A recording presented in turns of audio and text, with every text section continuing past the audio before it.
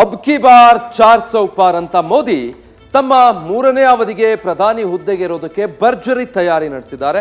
ಮೊನ್ನೆಯಷ್ಟೇ ಮೊದಲ ಹಂತದ ಸೇನಾನಿಗಳನ್ನ ರಿಲೀಸ್ ಮಾಡಿದ್ದ ಕೇಸರಿ ಪಾಳಯ ಮತ್ತೊಂದು ಲಿಸ್ಟ್ ಬಿಡುಗಡೆಯ ಕಸರತ್ತನ್ನ ನಡೆಸ್ತಾ ಇದೆ.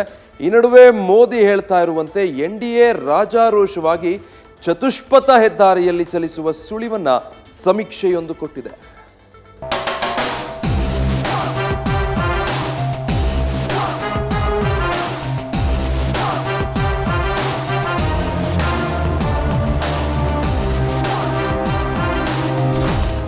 ಲೋಕಸಮರಕ್ಕೆ ಎಲ್ಲ ಪಕ್ಷಗಳು ರಣೋತ್ಸಾಹದಿಂದ ಸಿದ್ಧತೆ ನಡೆಸಿವೆ. ಕೇಸರಿ ಪಡೆ ಮೊದಲ ಹಂತದ ಸೇನಾನಿಗಳನ್ನ ಕಣಕ್ಕಿಳಿಸಿದ್ರೆ, ಇತ್ತ ನಾನೇನು ಕಮ್ಮಿ ಇಲ್ಲ ಅಂತ ಹಸ್ತಪಡೆ ಕೂಡ ತಮ್ಮ ಸಮರ ವೀರರನ್ನ ಅಖಾಡಕ್ಕಿಳಿಸಿದೆ.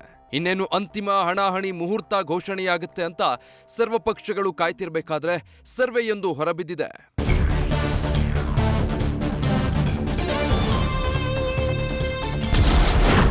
ಈಗ ಲೋಕಸಭಾ ಚುನಾವಣೆ ನಡೆದ್ರೂ ಎನ್ಡಿಎಗೆ ಅಧಿಕಾರ.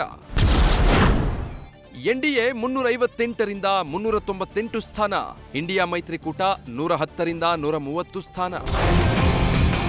ಚುನಾವಣೆ ಸಮೀಪಿಸ್ತಾ ಇದೆ. ಯಾವಾಗ ಬೇಕಾದ್ರೂ ಲೋಕಸಭೆ ಹಣಾಹಣಿಗೆ ಮುಹೂರ್ತ ಫಿಕ್ಸ್ ಆಗಬಹುದು. ಹೀಗಿರುವಾಗಲೇ ಕೇಸರಿ ಪಾಳಯಕ್ಕೆ ಸಿಹಿ ಸುದ್ದಿ ಸಿಕ್ಕಿದೆ. ಮತ್ತೊಂದು ಚುನಾವಣಾ ಪೂರ್ವ ಸಮೀಕ್ಷೆ ವರದಿ ಹೊರಬಿದ್ದಿದೆ. ಟೈಮ್ಸ್ ನೌ ಸುದ್ದಿವಾಹಿನಿ ಇಟಿಜಿ ಜೊತೆ ಸೇರಿ ನಡೆಸಿದ ಸಮೀಕ್ಷೆಯ ಅನ್ವಯ ಎನ್ಡಿಎ 358ರಿಂದ 398 ಸ್ಥಾನ ಮತ್ತು ಇಂಡಿಯಾ ಮೈತ್ರಿಕೂಟ 110ರಿಂದ 130 ಸ್ಥಾನ ಗೆಲ್ಲಲಿದೆ ಅಂತ ಹೇಳಲಾಗಿದೆ. ಇದು ಬಿಜೆಪಿಯ ಈ ಬಾರಿಯ ಕನಸಾದ 400 ಸ್ಥಾನಕ್ಕೆ ಸಮೀಪ ಇದೆ.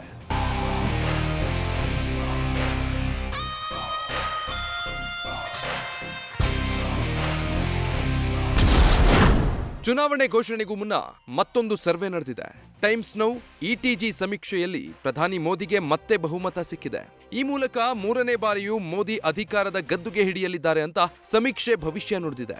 ಲೋಕಸಭೆಯ 543 ಸ್ಥಾನಗಳ ಪೈಕಿ ಎನ್ಡಿಎಗೆ 358ರಿಂದ 398 ಸ್ಥಾನ, ಕಾಂಗ್ರೆಸ್ಗೆ 110ರಿಂದ 130 ಸ್ಥಾನ ಸಿಗಲಿದೆ.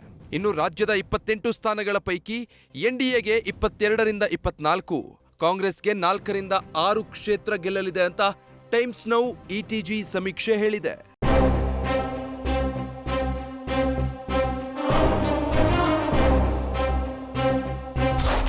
ಇನ್ನು ಸಮೀಕ್ಷೆ ಪ್ರಕಾರ ಈ ಬಾರಿ ಕರ್ನಾಟಕದಲ್ಲಿ 2019ಕ್ಕೆ ಹೋಲಿಸಿದ್ರೆ ಕಾಂಗ್ರೆಸ್ನ ಮತ ಹಾಗೂ ಗೆಲ್ಲುವ ಸ್ಥಾನಗಳ ಸಂಖ್ಯೆ ಹೆಚ್ಚಾಗಲಿದೆ. ಕರ್ನಾಟಕದ 28 ಕ್ಷೇತ್ರಗಳ ಬಗ್ಗೆ ಚುನಾವಣಾ ಪೂರ್ವ ಸರ್ವೆ ನಡೆದಿದ್ದು, ಈ ಪೈಕಿ ಎನ್ಡಿಎ 22ರಿಂದ 24, ಕಾಂಗ್ರೆಸ್ 4ರಿಂದ 6 ಸ್ಥಾನ ಗೆಲ್ಲಲಿದೆ. ಕಾಂಗ್ರೆಸ್ಗೆ 10% ಮತಗಳಿಕೆ ಪ್ರಮಾಣ ಹೆಚ್ಚಳವಾಗೋ ಸಾಧ್ಯತೆ ಇದೆ. ಬಿಜೆಪಿ 2019ಕ್ಕೆ ಹೋಲಿಸಿದ್ರೆ ಕೆಲ ಕ್ಷೇತ್ರವನ್ನ ಕಳೆದುಕೊಳ್ಳಲಿದೆಯಂತೆ. ವಿಧಾನಸಭೆ ಅಲೆಯಲ್ಲಿ ಕಾಂಗ್ರೆಸ್ಗೆ 4ರಿಂದ 6 ಕ್ಷೇತ್ರ ಗೆಲ್ಲುವ ಸಾಧ್ಯತೆ ಇದೆ. ಜೆಡಿಎಸ್ 1ರಿಂದ 2 ಕ್ಷೇತ್ರದಲ್ಲಿ ಗೆಲ್ಲುವ ಸಾಧ್ಯತೆ ಇದೆ ಅಂತ ಸರ್ವೆ ವರದಿ ತಿಳಿಸಿದೆ.